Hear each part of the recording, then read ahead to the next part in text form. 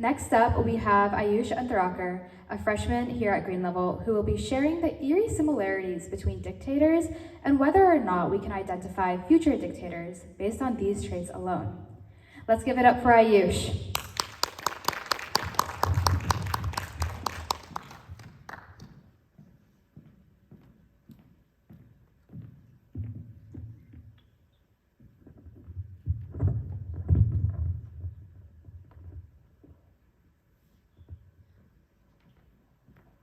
Hello, my name is Ayush, and today I'm going to be talking about dictators. So, a few months ago, I watched a video on YouTube which was about serial killers and psychopaths and the eerie similarities that they shared. Well, the main point of this video was to see if we could find out future killers or psychopaths just by looking at these traits.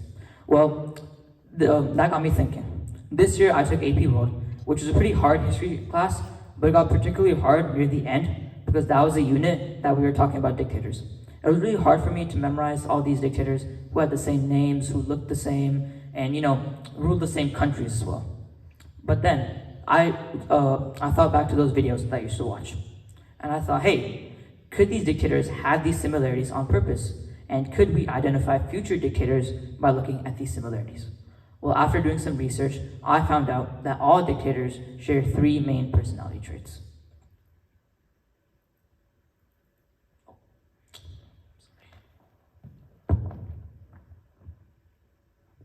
The first one is a cult of personality. A cult of personality is when a dictator wants his people to view him as a god.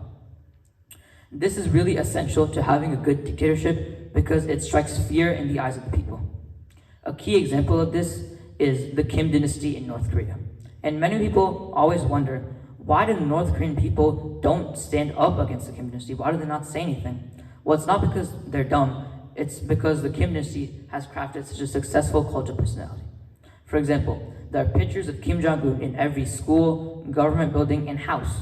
There are also statues of him in every major city square, and there are even myths and festivals surrounding Kim Jong-un. One of my most favorite myths is the fact that Kim Jong-un started walking and talking in 10 different languages by the time he was 1. What this does is it strikes deep fear into the people. Because who would want to revolt against a god? They believe that they'll be killed, and that is the case. Another example of a cult of personality can be found when we look at Hitler.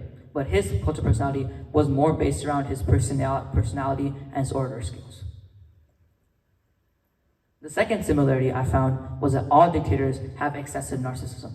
Now, this isn't just regular narcissism, where it's like, I'm better than you. It's like psychotic levels of narcissism, where dictators believe that they're better than everyone in physical, mental, and even like emotional and intellectual aspects. A key effect of this is the desire for world domination. Now, many people think that dictators want to control the world just because they want all the power, right? Even though this is true, the main underlying cause is this narcissism, because they believe that they can do everything right. And if they can do everything right, why shouldn't everyone else follow what they're doing? An example of this is yet again Hitler. His whole thing was about fascism and how he wanted to be expressed in the world, like everyone should follow fascism. And also he wanted his people, the German people, to be kind of the only people in the world. Another more dark example is Stalin.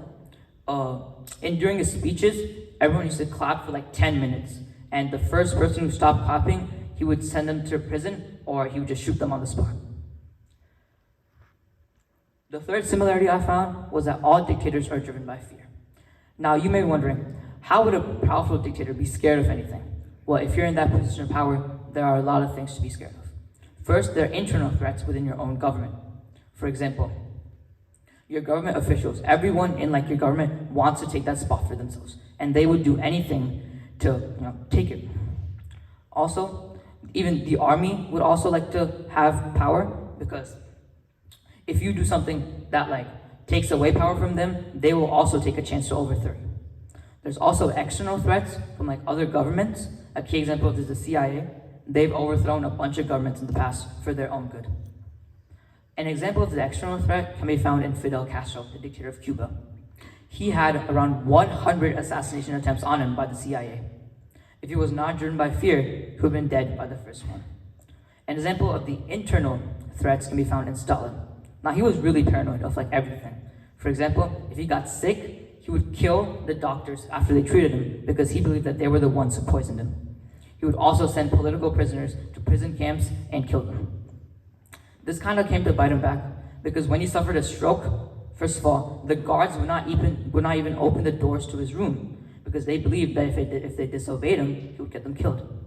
Secondly, his doctors wouldn't treat him because yet again, they thought if he came back, he would get them killed as well. And the people in his government even encouraged this behavior because they thought if Stalin's dead, they can take this position of power for themselves. So why does all this matter? Well, I believe that we can identify people, future dictators, by looking at these traits. Now, I'm not saying random people off the streets. I'm saying like politicians and like up-and-coming leaders. What I'm trying to tell you guys is like keep an eye on like your national, state, and even local elections. Because after all this research, what I found out is that if these dictators gain even an ounce of power, they will not let go until they're at the top. Thank you.